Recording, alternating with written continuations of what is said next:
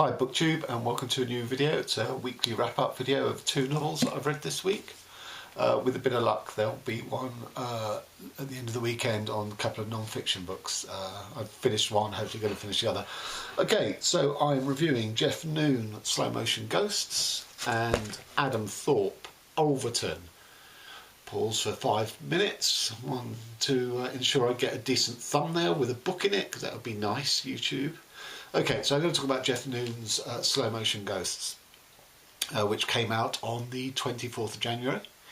So, fresh off the presses. I'm a big Jeff Noon fan, although this is different for Jeff Noon, because Jeff Noon is sort of associated with a bit of sort of cyberpunk, urban fantasy, new weird. But this is a fairly straight police procedural.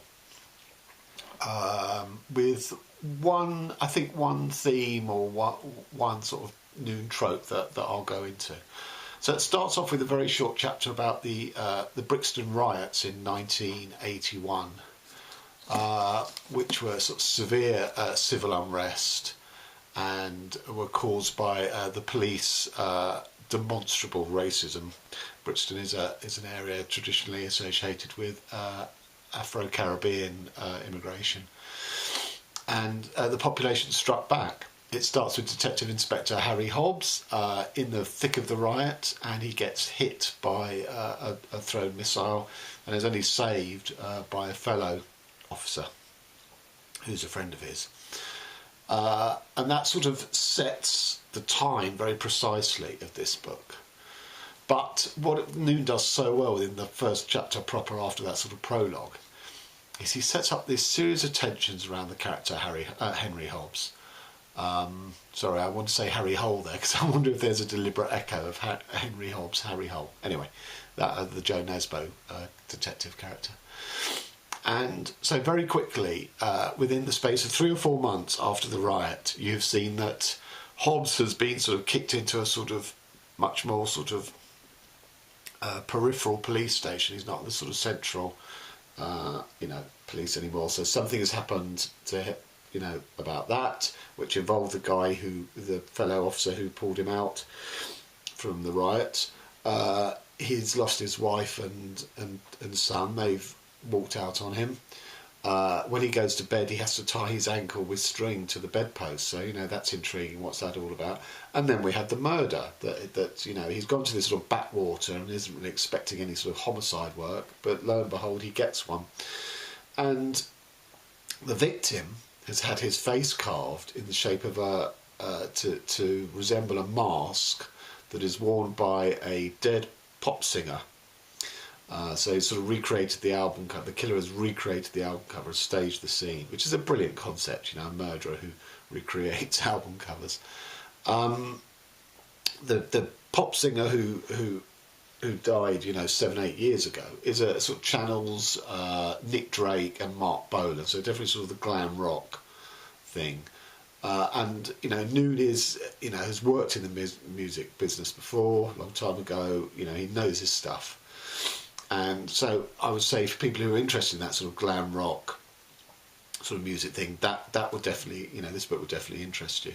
But what I found really intriguing, obviously it's a detective murder mystery. I cannot go, into too much detail of the plot because it will give away, spoilers. But one of the themes of the book that I found fascinating, this in a way does hark back to other Noon themes. I mean, Jeff Noon uses masks a lot, whether it's sort of genetic splicing to change your face into the shape of an animal, like Dog Boys and Fox People and all that sort of stuff in some of his other novels. So he uses masks a lot, and to Jeff Noon, masks seem to be about obviously hiding your true self. And in here, obviously the mask is about the singer developing a persona like David Bowie did. And becomes the centrepiece of the book. But what was really interesting is the world that was built up behind the mask and its origin. And this is a study of kids who are broken at a very early age and flee into a fantasy world for protection, for security.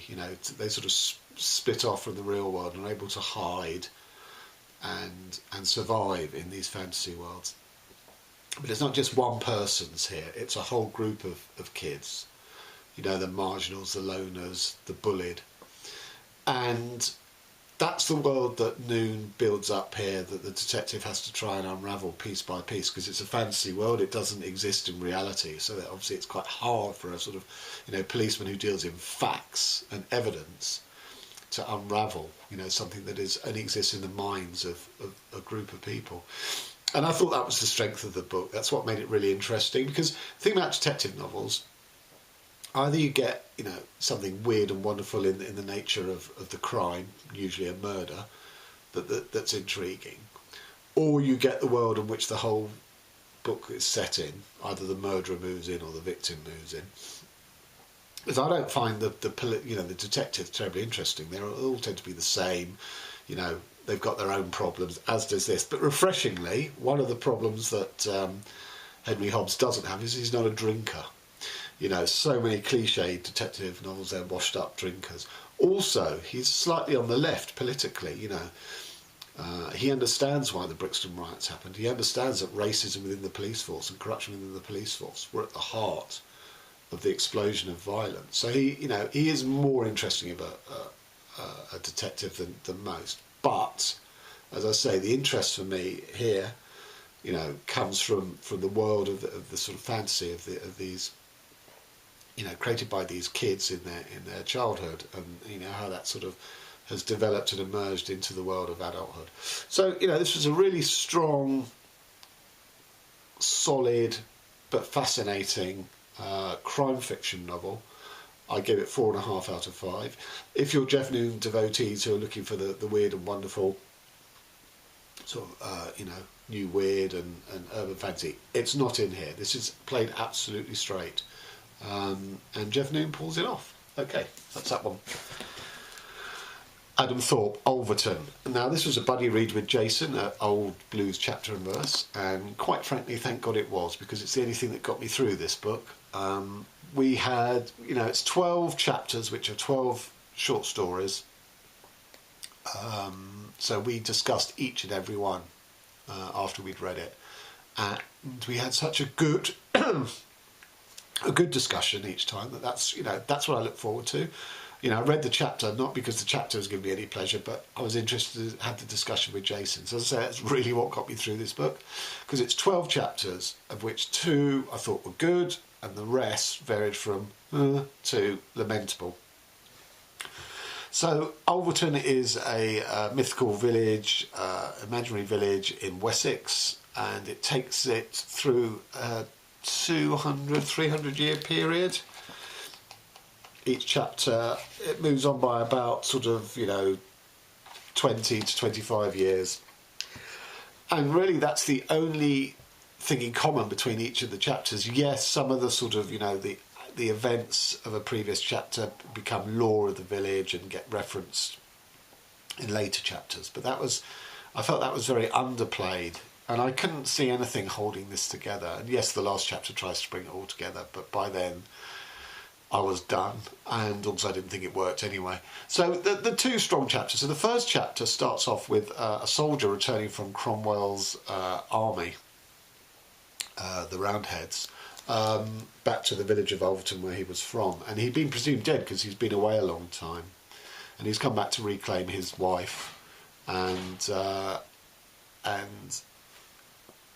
what, you know, it was a good chapter, and it's a good one that sets up everything else, but it was also slightly frustrating because it mentions Drogheda, which was a town in Ireland where, you know, Cromwell infamously, you know, basically war crimes is what we'd call them today. You know, Drogheda was under siege, and when the town surrendered, Cromwell's troops went in and massacred everyone in it, even though they'd already surrendered, and that includes women and children.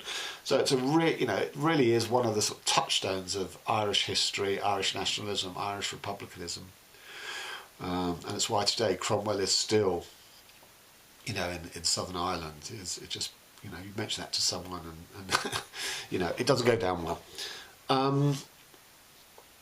But that's not in here. It's mentioned, but it's not in here. That's one of the frustrations I had, that some of the chapters were very specifically cited in the historical period and would deal with the history or the events of that period. And then others like this, it just used it as Well, I don't know what really. Is it to place it historically? Is it to give it a tinge of colour?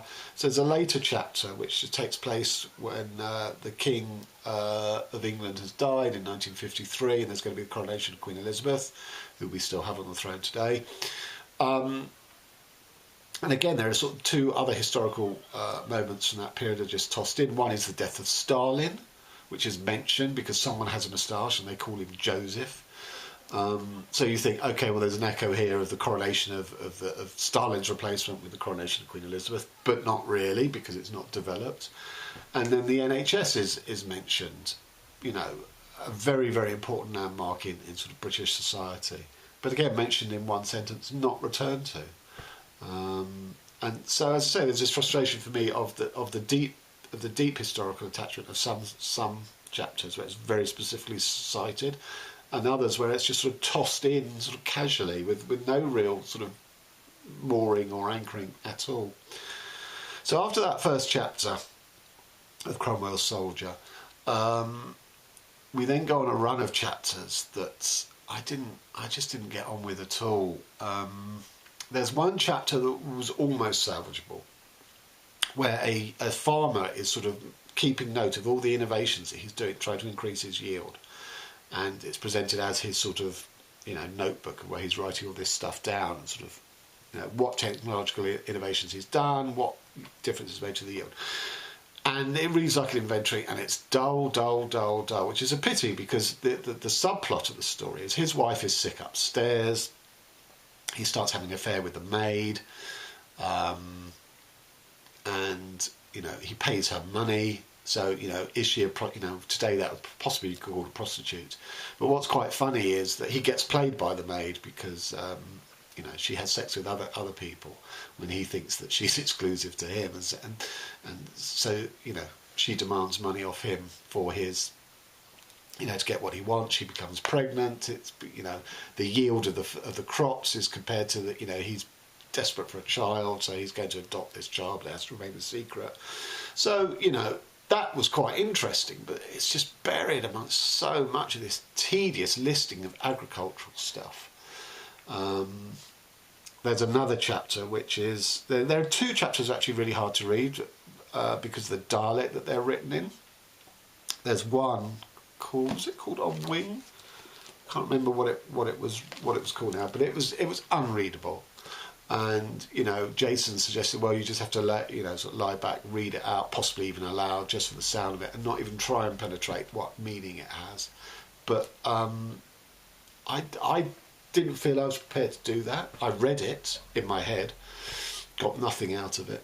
The only other chapter I did enjoy was where a woman goes around with a pinhole camera. So this is sort of very early in the development of camera technology in the 1850s. And she's recording the landscapes of Alverton because she's afraid that they're going to disappear, but you know, under the hand of development and progress. And the chapter is her sort of explaining the photos, and there's a sort of frustration every time people appear in them because she only wants nature, and you know she makes her money by being a portrait photographer of people who come to her for portrait photography, and she that's not where her artistic creative heart is. And she starts off by sort of saying, well, the camera lens is neutral, but of course she's an artist. She's framing things with an agenda in her mind. So that was quite an interesting chapter. And Jason points out that he was fairly sure that the Bronte sisters played around with pinhole cameras. So that was interesting, and that was the only other chapter I really enjoyed. So other chapters, there was the Captain Swing riots, where agricultural labourers were being thrown out of their jobs by farm machinery, and they were Luddites, or took a Luddite attitude and sort of went back to the farms and broke up the machinery and demanded to be money so they could feed their families.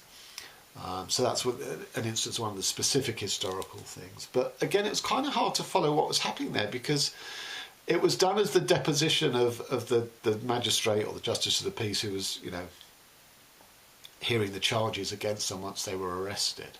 But it seemed very repetitive. They seemed to be going back to the same farms, break up the same machinery, because of the fact that we were reading depositions about different people but involved in the same act of violence. So it was kind of hard to follow what was going on there.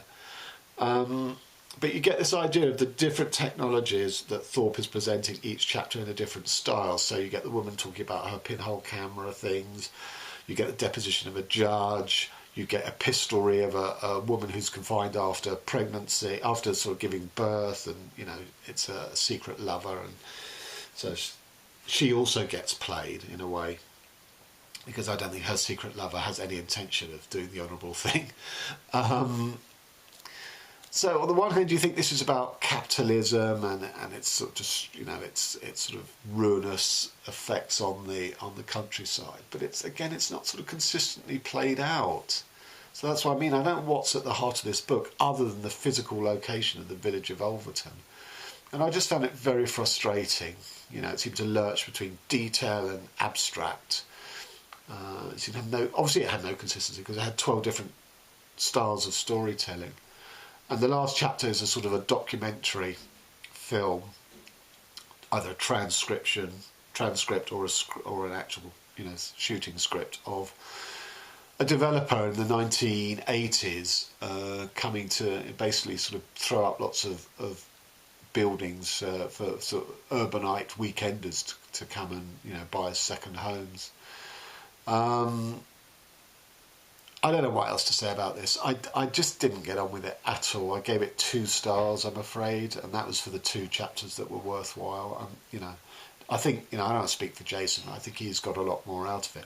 What the experience of reading this book was really interesting, that it said a lot about what each of us as readers bring to the book before we've even cracked open the cover, because Jason obviously lives in America. He lives in a rural part of America in Wyoming.